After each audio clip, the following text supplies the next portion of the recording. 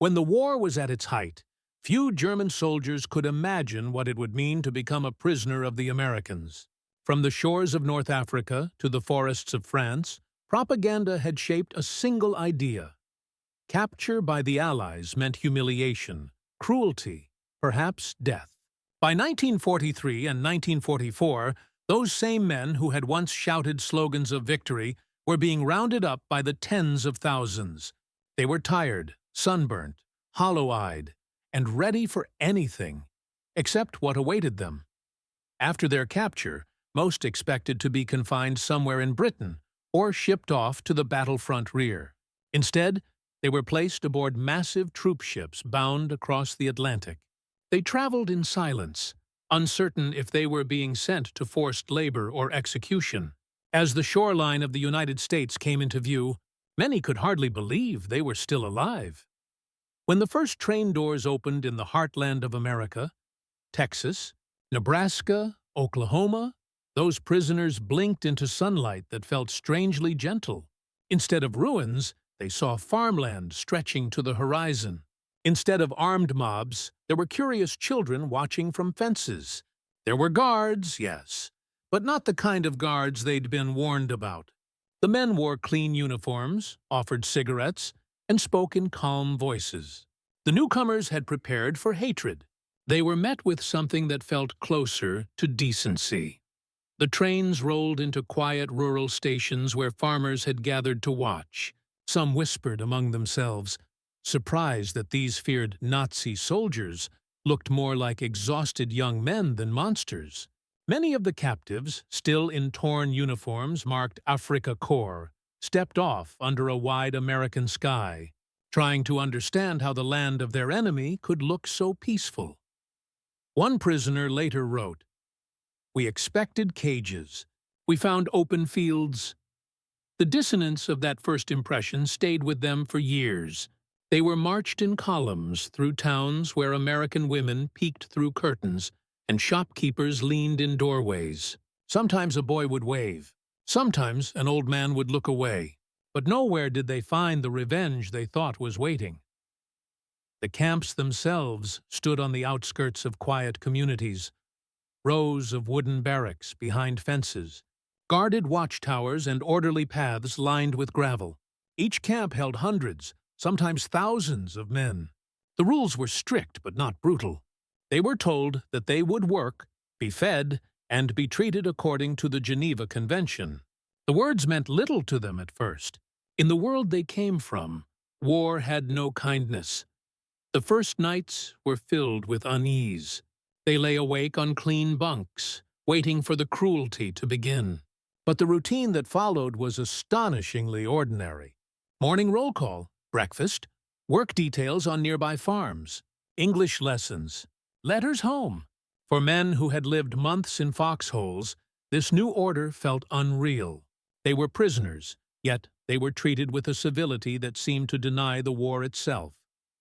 There were still fences, searchlights, and guards with rifles. But there was also music from distant radios, the scent of bread from the kitchens, and the sound of laughter drifting from the American side of the wire. Some prisoners whispered that it must be a trick, a soft preparation for interrogation. Others began to suspect that perhaps their captors were not the villains they had imagined. For those who had come from shattered divisions in North Africa or the wreckage of the Atlantic front, America was a strange dream. The guards joked about baseball, about the heat, about food. They spoke casually without hatred. A few even attempted to teach their prisoners English phrases. The men didn't yet know that they were part of a vast network, over 400,000 Germans scattered across the United States. Their labor would help harvest crops, build roads, and fill the labor shortages left by American men overseas. What they would learn, slowly and unwillingly, was that these camps would not be places of punishment, but of unexpected transformation. In their first weeks, most kept their distance, suspicious and alert. They still carried the weight of ideology, the sense of superiority instilled by years of propaganda. Yet the contradictions kept growing. When an American guard handed one a cigarette, he hesitated before accepting it, unsure if it was poisoned or genuine. When a sergeant said, "Good morning," the words sounded almost like mockery, until repeated the next day and the next. A few prisoners began to relax, their faces softening as the days went on. Some even smiled. In the quiet between duties, they saw birds perched on fences, children playing outside the camp perimeters, and the immense horizon stretching beyond the barbed wire. It was impossible not to feel something unfamiliar: peace. The shock of survival gave way to a deeper confusion. What kind of enemy treated its prisoners this way? The question would linger as long as the war itself.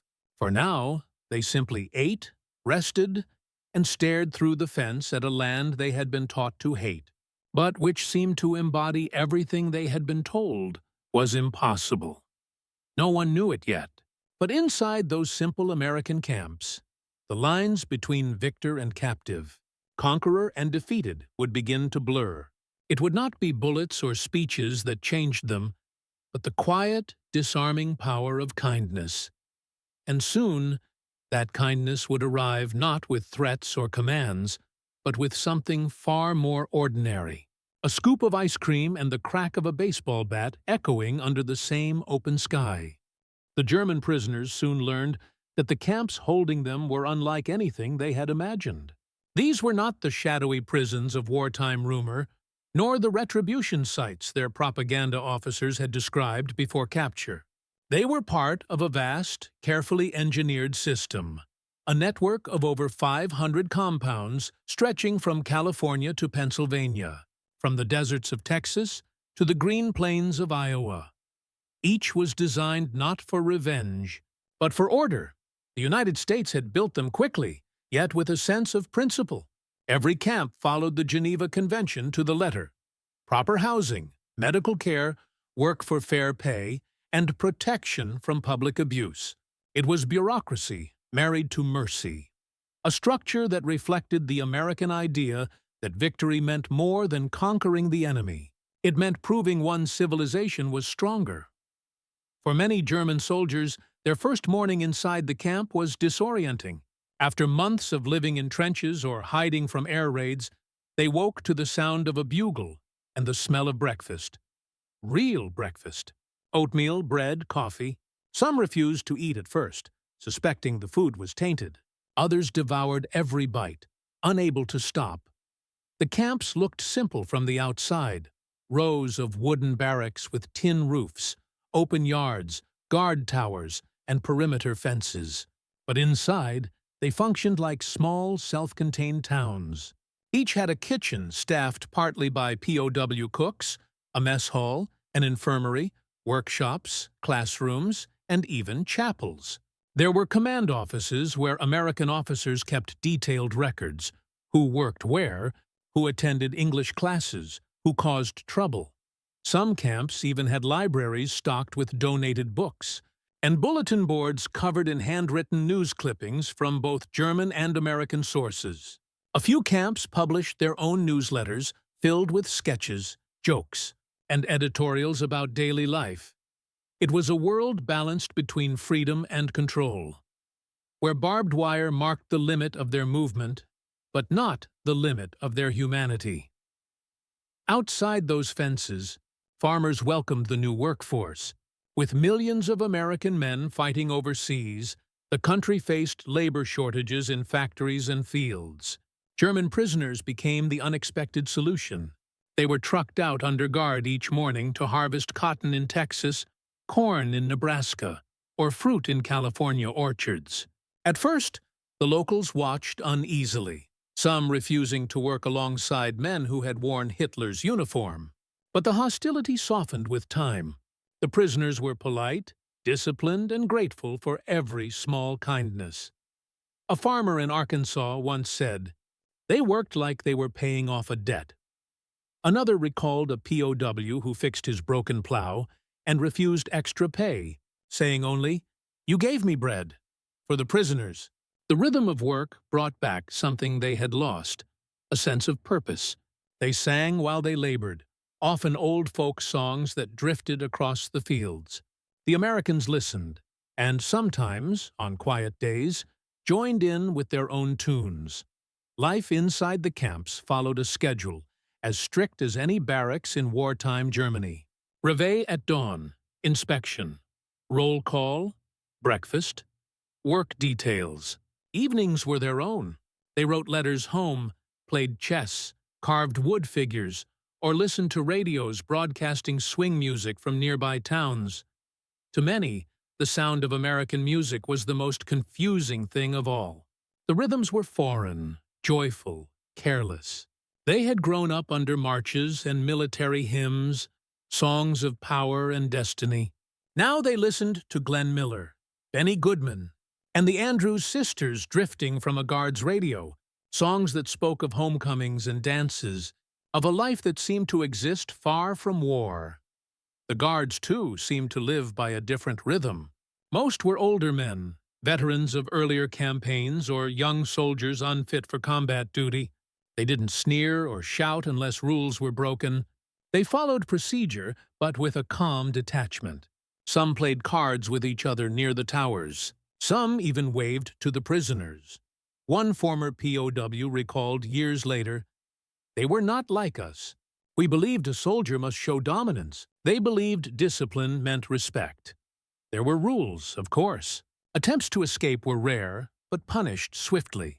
A few men tried, some caught within hours, others lasting days before surrendering from hunger. For most, there was nowhere to run. America was too vast, too strange. And in truth, many didn't want to run. They were fed, clothed, and treated with dignity. Compared to the frozen misery of the Eastern Front, life in an American camp felt almost merciful. Letters that reached Germany described conditions that sounded unreal. Some family members didn't believe them.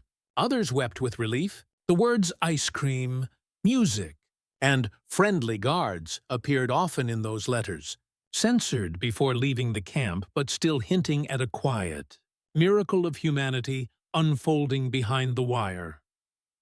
As weeks turned to months, something shifted in the hearts of the captives.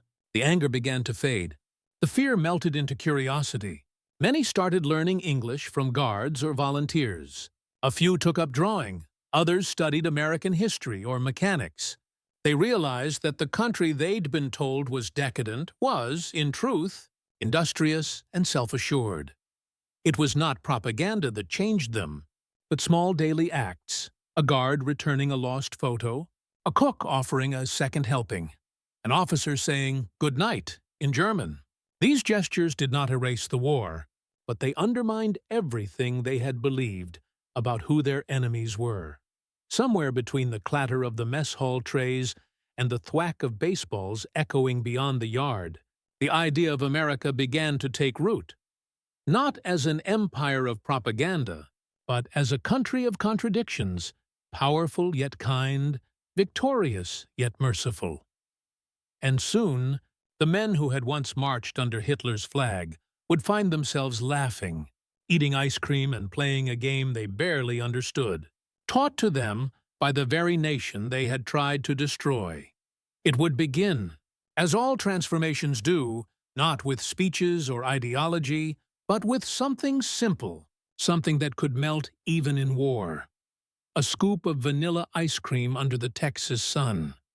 Before the war, every German soldier had been fed the same story, a narrative so absolute that it felt like truth. America, they were told, was a land of chaos and greed, filled with criminals, Jews, and mongrels ruled by money. Its people were weak, and its soldiers cowardly. To be captured by such men, they believed, would mean disgrace worse than death. It was a lie built to harden hearts and keep men loyal to the Reich. But the barbed wire of their new world began to undo that illusion, strand by strand. What they saw each day contradicted everything they'd been told. When American guards handed them clean uniforms and sturdy boots, some prisoners looked for hidden cruelty. When they were given hot meals, they waited for the mockery that never came. Even their medical treatment was confusing. American doctors treated wounds and fevers with care. sometimes using their own rations of sugar or coffee for the sick. The confusion ran deep. Many of these men had been raised under a regime that equated mercy with weakness. They could not comprehend a nation that combined strength with generosity. For the first time, they began to question the propaganda that had shaped their understanding of the world. Letters from home were censored, but those that slipped through revealed how badly life in Germany had deteriorated. Cities bombed into dust, food rationed to nothing, families scattered. The contrast between their homeland's suffering and the strange comfort of captivity created a kind of moral vertigo. They were safe, well-fed, and treated humanely, while their own countrymen starved. The irony was unbearable for some.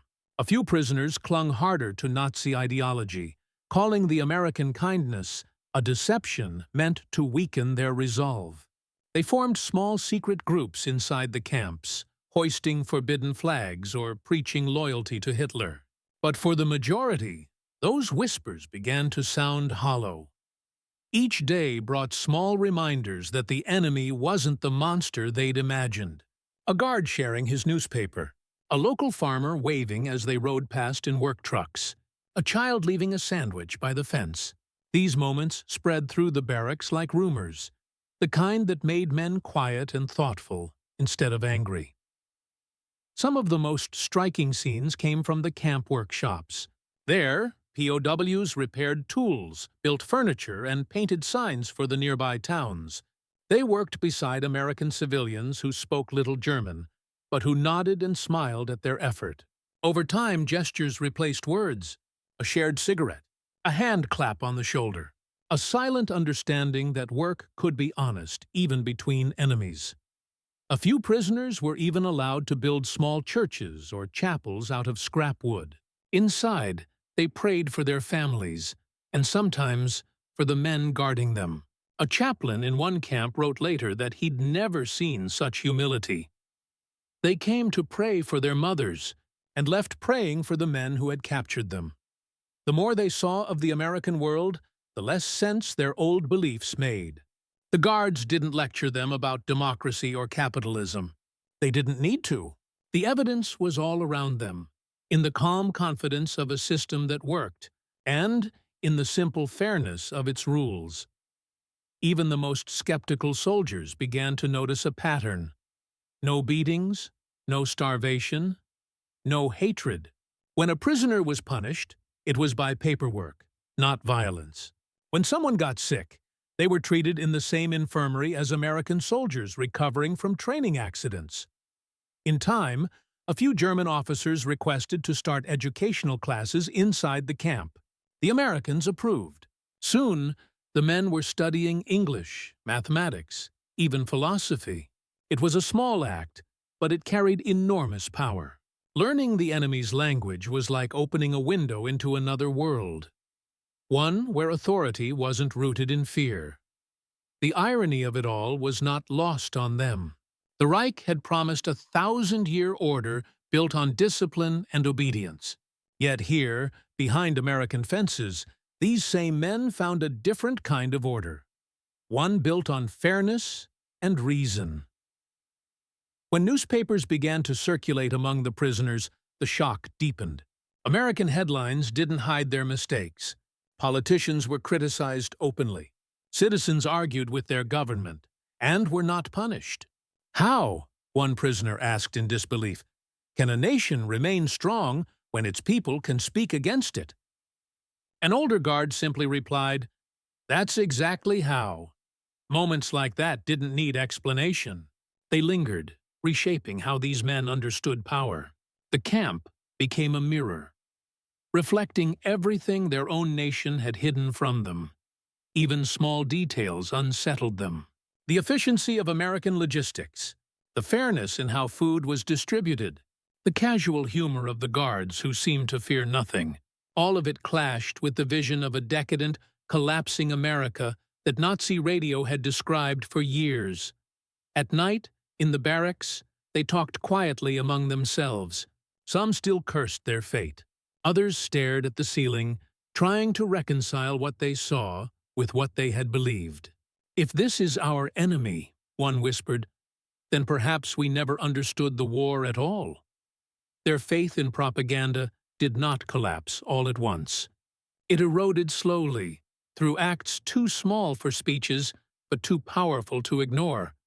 A fair ration, a kind word, a game played without malice. By the time the first autumn came, most of the men no longer feared their captors. They began to look forward to the days ahead, curious about what other strange surprises America might reveal. And soon it would come, not through politics or punishment, but through something as simple and improbable as ice cream served on a summer afternoon. By the summer of 1944, the Germans inside America's POW camps had settled into an uneasy rhythm. Not freedom, but something close to dignity. They worked in the fields, repaired roads, and built furniture. The guards were firm but fair, the food regular, the routines predictable. But what they didn't yet understand was that the Americans had something far stranger in store. A way of breaking through their mistrust, not with propaganda, but with pleasure. It began with food. To the men who had grown up in a Europe rationed by war, American abundance felt like fantasy. The mess halls smelled of coffee and fresh bread. The milk was real, the vegetables crisp, and there was meat more often than they'd ever imagined possible. At first, the prisoners whispered that it was all for show, that soon they'd be starved again, or forced to pay it back in labor. But weeks passed, and the meals stayed the same. And then came the day they served ice cream. The scene was almost absurd.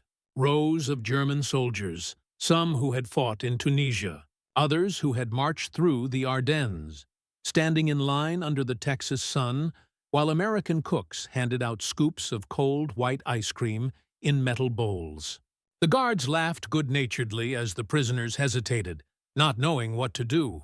For many of them, ice cream was a luxury they hadn't seen since childhood. One man touched it and pulled his hand back, startled by the chill. Another leaned close, curious at the strange fog rising from the surface. When they finally took their first bites, silence fell. Sweetness. Cold. Something so simple, yet so alien to men who had lived on canned meat and black bread. A few chuckled nervously. Others blinked hard to hide tears. "It tastes like home," one murmured, though no home he knew had ever been so kind. From that day on, ice cream became a symbol, not of indulgence, but of something even more disarming. Normalcy. Every Sunday afternoon, the camp kitchens churned massive batches for both guards and prisoners. Lines formed on both sides of the wire, laughter echoing across the compound. The taste erased barriers faster than lectures ever could. And then came baseball. The Americans loved the game. It was their ritual, their rhythm, their proof that even in wartime, life could remain ordinary. The prisoners watched through the fences at first, confused by the strange rules, the swinging bats, the running in circles, the sudden bursts of cheers. But soon, curiosity turned to fascination. A guard named Private Reynolds, a lanky kid from Kansas, noticed a few Germans mimicking batting stances one day and tossed them a ball. They fumbled it at first, laughed, tried again, and before long, the field became a place where former enemies learned to play together. The Americans explained the rules in slow, patient gestures. 3 strikes, safe, home run. The Germans picked up the words eagerly, shouting them in heavy accents. They began making their own teams, carving bats from scrap wood, stitching gloves from old canvas. What had begun as idle curiosity turned into fierce, joyous competition. For the guards, it was a strange sight. Men who had once served under the swastika now arguing over balls and strikes like old friends. But for the prisoners, it was liberation. The field gave them something war had stolen: play. And that perhaps, was the most revolutionary thing of all. They weren't being forced to believe anything. They weren't being re-educated by propaganda. They were being treated like men, given the simplest joys of civilian life, and left to decide for themselves what it meant. As the days grew longer, the fences seemed to shrink. The Americans began inviting the prisoners to join games, not just watch them. Crowds of guards and POWs cheered side by side. A good hit earned applause no matter whose team it came from.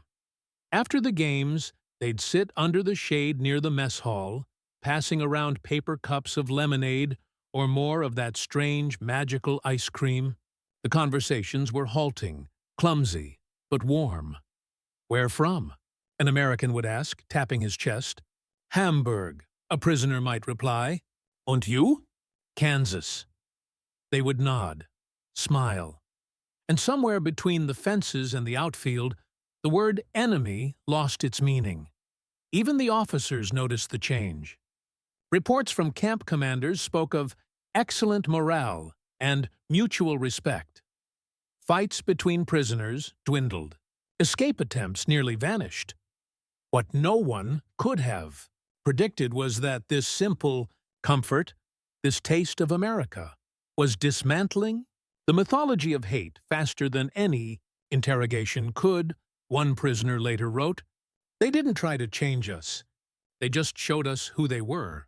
And it was impossible not to notice that they lived without fear." That summer, a rumor spread across the camps that captured soldiers in the U.S. were treated so well that those still fighting prayed to be captured by Americans rather than Soviets or the SS. It was the kind of rumor that carried truth, and it frightened Nazi officials who heard it whispered in Europe. For the men inside those fences, it didn't matter what Berlin thought anymore. Their world had shrunk to something simpler: sunlight, baseball, and the unforgettable taste of ice cream melting too fast in the heat. It wasn't victory. It wasn't even forgiveness. It was humanity, served, as all great lessons are, one small scoop at a time. By 1945, the war in Europe was collapsing. But inside America's prison camps, another kind of quiet war was being won. One fought not with bullets, but with decency. For the German POWs, daily life had become something strange and bittersweet. They lived behind fences, yet they felt freer than they had in years. Sergeant Wilhelm Krüger was one of them, a former tank gunner captured in Tunisia, now stationed at Camp Concordia in Kansas. Like many of his comrades, he had stopped counting the days. He rose with the bugle, worked in the fields, played baseball in the evenings. Sometimes he almost forgot he was a prisoner. But every night, when he lay in his bunk, the contradiction returned. He could still see the wreck of his panzer, hear the screams of his crew, smell the smoke and oil. And then he would remember the American guard who handed him a cigarette after his capture and said simply, "It's over." How could mercy and war exist in the same world? The camp itself looked like a strange blend of military order and small-town life. Whitewashed barracks, gravel paths, neat vegetable gardens. The POWs built furniture for the local schools, repaired tractors for nearby farms, even painted murals on the mess hall walls. Some of the guards joked that the Germans ran the place better than the Americans. But the truth was deeper. The Americans had allowed the prisoners to build a version of society, one without hatred, one where rank and ideology mattered less than skill and respect. It was, in its quiet way, a social experiment in rebuilding men. Krüger worked as an interpreter. His English was halting but improving, and the guards liked his sense of discipline.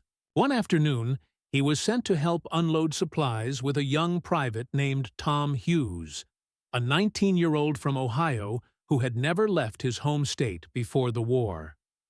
They worked in silence at first, carrying sacks of flour into the storehouse. Then Tom offered him an apple. Krüger hesitated, then took it. "Danke," he said. "No problem," Tom replied. "You speak good English," Krüger smiled faintly. "Better every day," Tom grinned. "Better than my German." It was a small exchange. one the war had tried to make impossible. Yet it stuck in Krüger's mind for weeks. He began talking more with the guards, asking about their homes, their families, their hopes for after the war. Some showed him photos of wives and children. A few asked him about his own family, and he told them of his mother near Dresden, his younger brother still fighting somewhere on the Eastern Front. There were moments of tension, of course. Not every American liked the idea of treating prisoners kindly. Local newspapers sometimes printed angry letters. "Why are we feeding the enemy steak while our boys fight overseas?" But camp commanders stood firm. "We treat them this way," one officer wrote in response, "because our own sons are prisoners too, and we want them treated the same." The principle was simple. Humanity, even in war, must be reciprocal. One evening, after the workday ended, Krüger sat near the fence, staring at the horizon. Beyond it, he could see the golden waves of wheat stretching to the distance. The wind carried the faint sound of a harmonica, one of the guards playing softly. It reminded him of home. A fellow prisoner, Weber, sat beside him. "Strange, isn't it?" Weber said. "They play music like we do. They laugh like we do. They fight like we do." Krüger nodded slowly. "Perhaps they hate less than we were told." Weber looked away. "Perhaps we were told wrong about everything." That night, in the mess hall, an announcement was made. The war in Europe was nearly over. Some of the younger prisoners cheered quietly. Others bowed their heads. Krüger just sat in silence. The end he had dreamed of for years suddenly felt hollow. A few days later, the guards distributed newspapers, German editions printed by the U.S. Army. The headlines confirmed it. Hitler was dead. Berlin had fallen. No one spoke. For a long time, there was only the sound of pages rustling. Some men wept.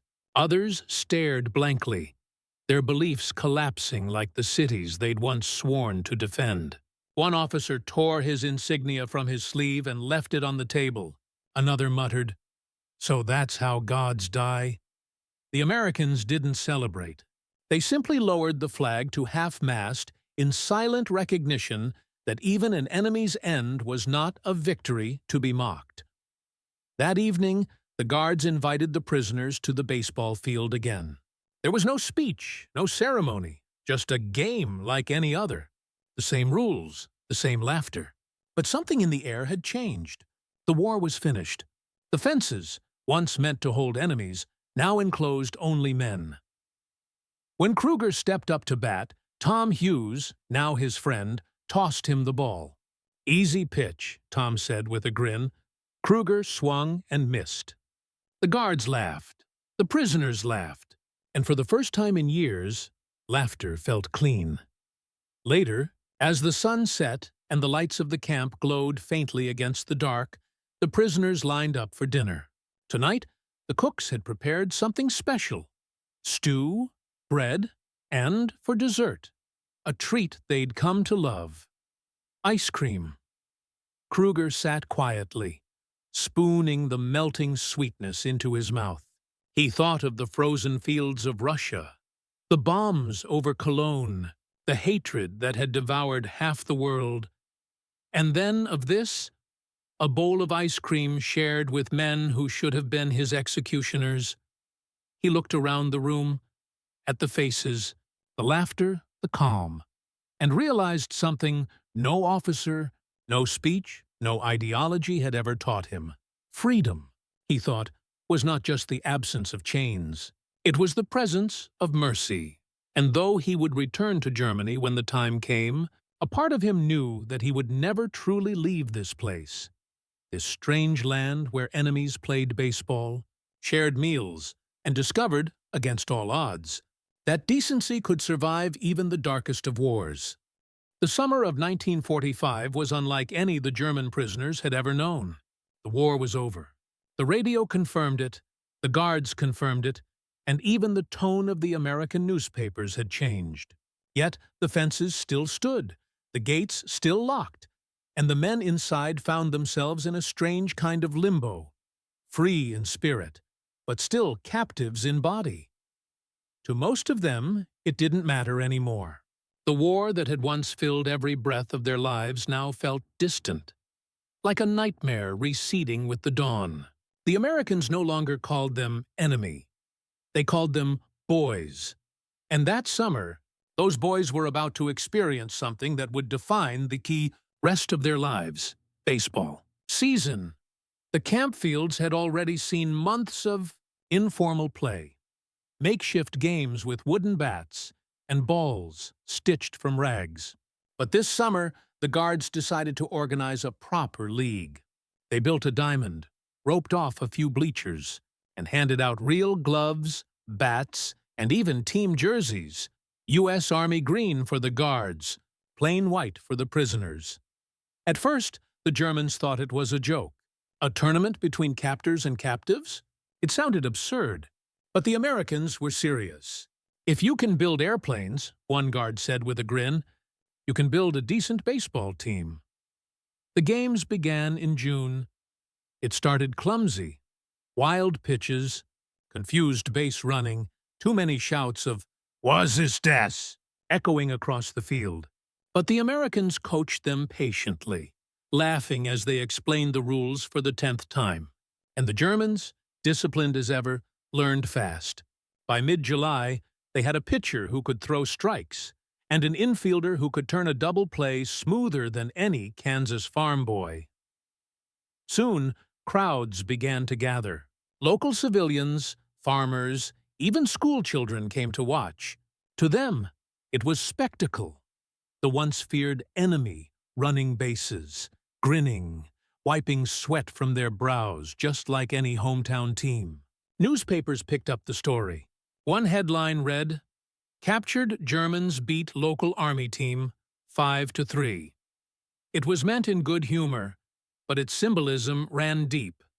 For those who watched, the war felt smaller. For those who played, it felt over. After every game, the Americans handed out lemonade, sandwiches, and, if the day was especially hot, ice cream. The prisoners ate slowly, savoring each bite. A few even sang afterward.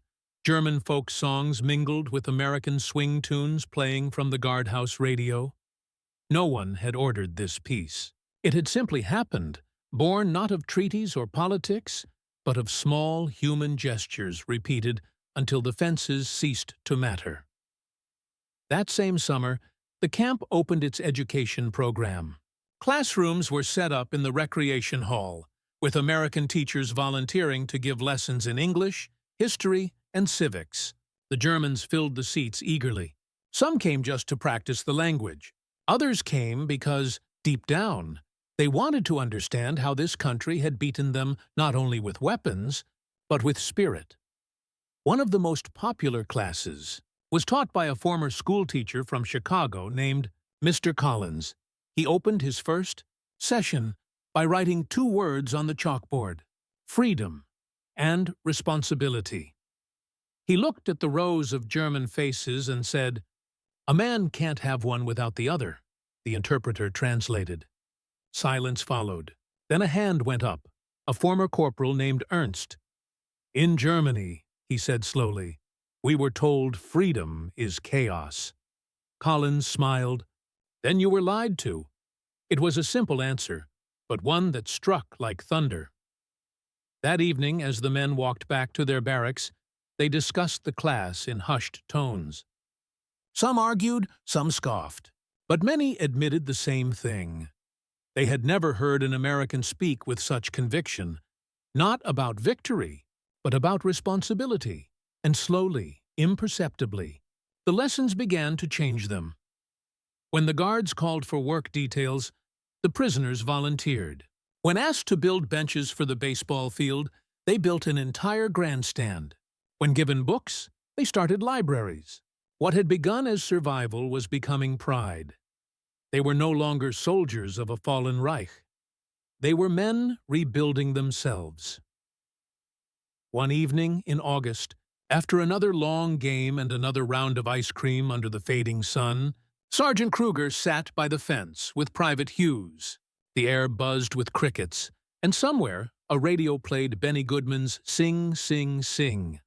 Tom, Krüger said, using the guard's first name for the first time. You think maybe someday Germans and Americans play together without fence? Tom leaned back, resting his hands behind his head. Maybe sooner than you think. Krüger smiled, shaking his head. Then world would be strange place, Tom chuckled. Maybe a better one.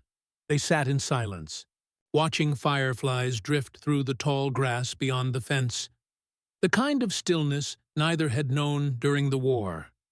For Krüger, it was the first time he could imagine a future without uniforms, without orders, without fear. He realized then that the Americans hadn't conquered him at all. They had shown him another way to live. Through kindness, through fairness, through something as ordinary as a baseball and a bowl of ice cream on a Kansas night. By the time the first leaves began to fall, many of the Germans no longer dreaded the word home. They knew they would return to a shattered country, to cities burned and families scattered. But they would also carry something new, a quiet conviction that humanity could endure even when nations failed. And though few would admit it aloud, many of them now dreamed of rebuilding Germany not in the image of what had been, but in the spirit of what they had seen behind American fences. A land where mercy was strength, where freedom was discipline, and where even the enemy could become, for one brief summer, a friend. As the months passed and the Kansas summer cooled into autumn, a quiet restlessness began to spread among the German prisoners. The air grew crisp, the nights longer, and the laughter from baseball games and ice cream socials began to fade into memory. What replaced it was something heavier, the ache of uncertainty, the slow return of conscience. For many, like Sergeant Wilhelm Krüger, the peace they had found inside the camp brought not relief, but confusion. He had learned English, earned respect from guards, even played on the camp's baseball team. He was treated fairly, given good food, and trusted to work outside the fences. But with every kindness came a deeper unease. At night, he lay awake staring at the ceiling, haunted by questions he had never dared ask during the war. How many men had burned in the tanks his shells struck? How many villages had vanished because of orders he obeyed without thought? And if the Americans, the very men he had been told were barbarians, could show mercy, what did that say about everything he had fought for? He was not alone. The camp's atmosphere had shifted. Groups of prisoners gathered quietly after roll call, whispering about the radio broadcasts from Germany. News trickled in. The cities were gone. Dresden, Hamburg, Cologne, flattened. The Reich had fallen. Hitler was dead. Families scattered. Mothers and children starving in the rubble. Some refused to believe it. American lies, muttered a few diehards, clinging to their last scraps of pride. But even they sounded hollow now, like ghosts defending a vanished empire. For others, the collapse of the Nazi myth came like an avalanche. Sudden, crushing, unstoppable. The same men who once marched in step beneath the swastika now wept silently over letters from home. One prisoner, a former lieutenant from Bavaria, received word that his wife and daughter had died in a bombing raid. He spent days sitting alone by the fence, staring into nothing, refusing food. Captain Miller, the camp commandant, noticed the shift. They're free, he told his officers one evening, but they don't know how to live with it. In late October, the camp hosted a voluntary discussion led by Mr. Collins, the Chicago schoolteacher who had become something of a philosopher to the men. He stood in the recreation hall before rows of quiet, watchful faces. The war is over, he said simply, but you'll fight another battle now, inside. Through the interpreter, his words carried a strange power. You were soldiers, he continued, but soldiers don't make peace. Men do, and peace doesn't start with countries. It starts here. He pressed a hand to his chest. There was silence. Then a voice from the back. Krüger's. "How do we begin again," he asked, "when we have so much to answer for?" Collins studied him for a moment, then said softly, "By not lying to yourselves about what happened, and by choosing to be better than what you were told to be." The prisoners sat still, the weight of his words hanging in the stale air. That night, Krüger walked the perimeter alone, his boots crunching on the frost-bitten ground. Beyond the fence, he could see faint lights from a nearby farmhouse, a world that kept turning without him. The smell of wood smoke drifted in, and for a moment he was back home. His father's hands chopping firewood, his mother humming by the hearth. He remembered her last words before he'd left for the front. "Don't lose yourself, Wilhelm." He had. But now, for the first time, he wanted to find himself again. In the following weeks, he began writing, first in fragments, then in full pages, letters he would never send to people he could never face, to the families of the men he'd killed, to the comrades who died beside him, to the idea of Germany itself, broken, bleeding, but still alive. "I thought honor was obedience," he wrote in one letter. "But perhaps honor is the courage to feel shame." Around him, the same quiet transformation spread through the camp. Some prisoners started teaching others English or carpentry. Others volunteered for local farm work, asking nothing in return. A few even wrote to American families thanking them for their kindness. And yet, there were still those who couldn't reconcile it. The older men, officers raised on blind loyalty, muttered that the Americans were softening them, stealing their pride. One, a former SS captain, called Krüger a traitor for laughing with the guards. "You are forgetting who you are," he hissed. Krüger looked at him calmly. "No," he said, "I am remembering." By winter, the fence no longer felt like a boundary. It was a mirror, one that reflected both the best and worst of what men could be.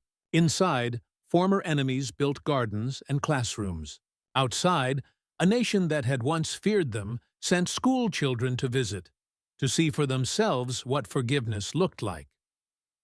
On Christmas Eve, the guards and prisoners shared a joint service in the mess hall. Candles flickered on makeshift tables. An American chaplain read from the Gospel of Luke. When he finished, a German prisoner stood and began to sing Stille Nacht. His voice trembled at first, then steadied. Slowly, the Americans joined in, their English words blending with the German. Silent night. Holy night. When the song ended, there was silence. The kind that fills a room when everyone is too moved to speak. Krüger bowed his head, his throat tight.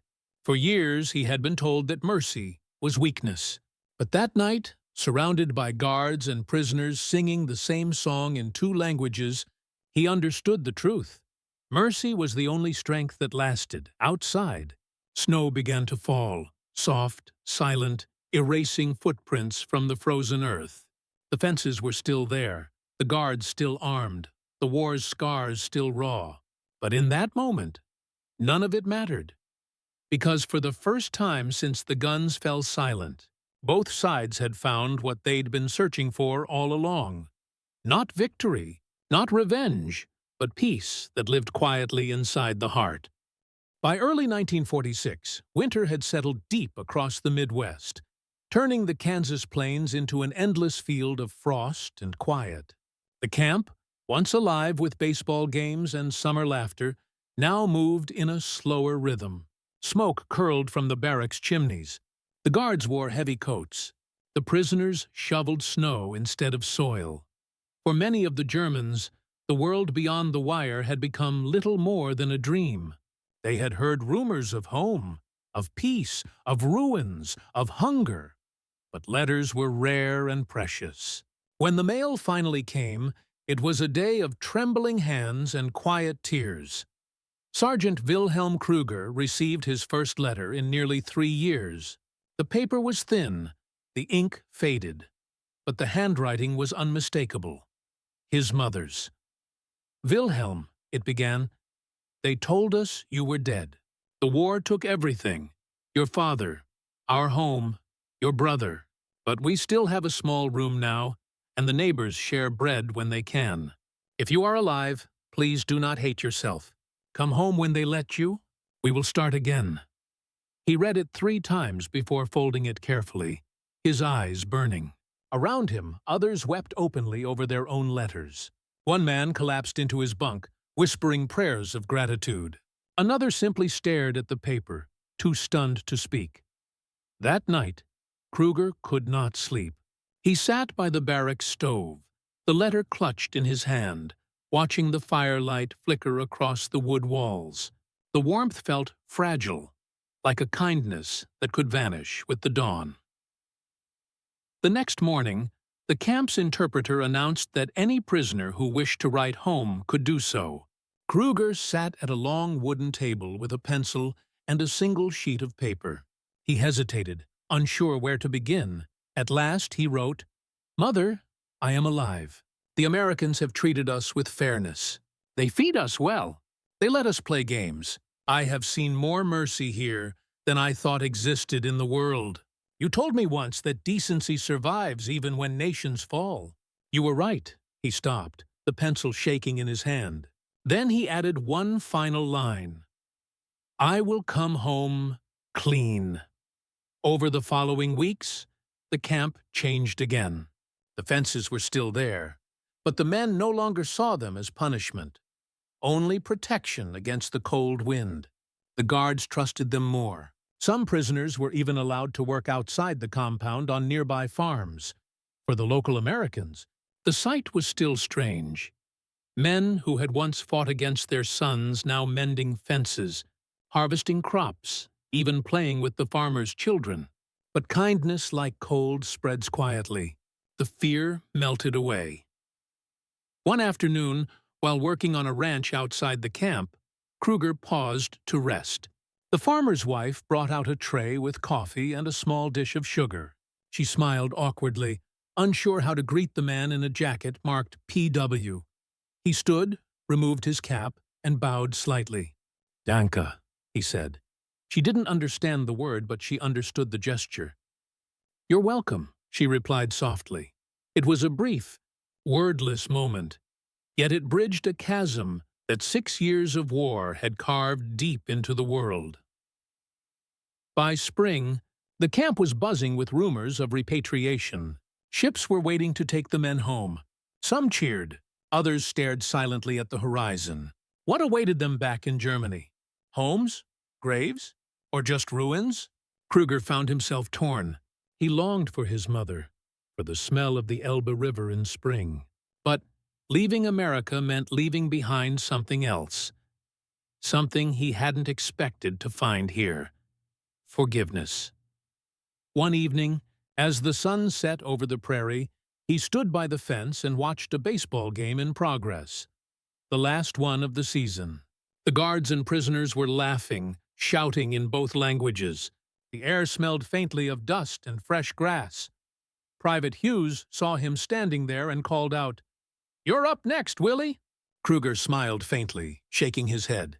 "Next time," he said. Hughes jogged over and handed him a small paper bag. Inside was a scoop of vanilla ice cream, already beginning to melt. "Figured you'd want one last taste before you go." Krüger looked down at it, the cold fog curling in the warm evening air. He took a slow bite, the sweetness almost too much to bear. "Thank you," he said quietly. Hughes shrugged. "You earned it." As night fell, Krüger walked back toward the barracks, passing rows of men packing their few belongings. He stopped at the mess hall door and glanced inside. The walls were bare now, the tables clean, the smell of cooking faint. He thought of the first day he'd arrived. The fear, the hunger, the certainty that he would be beaten or starved. Instead, he had been given food, friendship, and a second chance at being human. In his pocket, he carried 2 things: his mother's letter and the baseball glove Hughes had given him. He would take them both home. Later that night, as he lay in his bunk, listening to the quiet hum of the camp's generators, he whispered a prayer. Not for victory, not even for homecoming, but for something simpler, that when he crossed the ocean again, he would carry this peace with him, and somehow, in a shattered Germany, help it take root. Outside, the wind swept gently across the plains, rattling the barbed wire. The same fence that had once divided enemies now sang softly in the night. Like the strings of an instrument, no one remembered how to play, but everyone could still hear.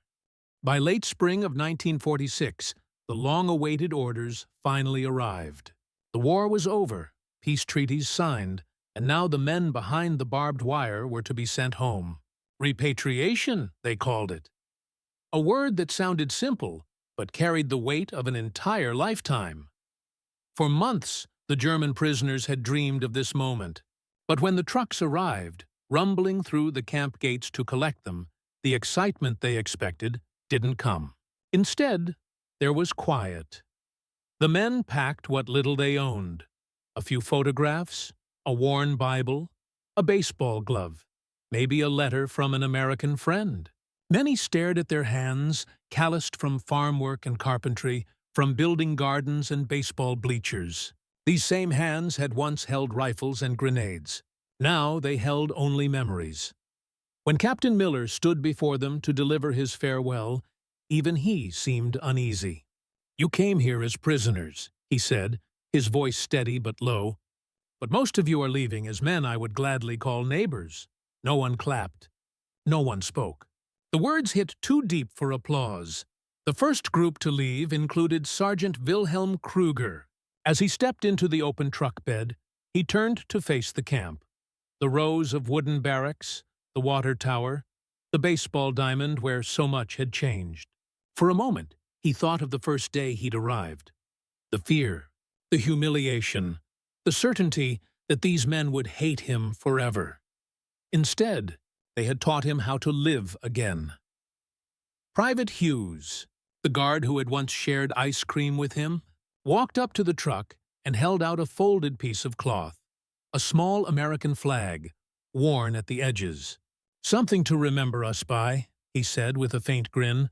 Krüger hesitated, then accepted it. "Thank you, Tom," he said quietly. "For everything."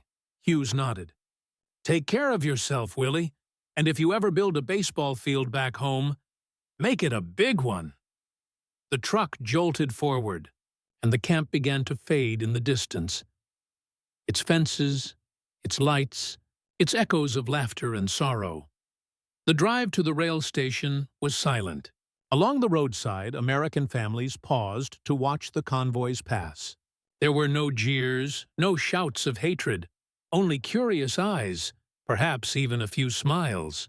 The war had burned long enough. People were tired of hating.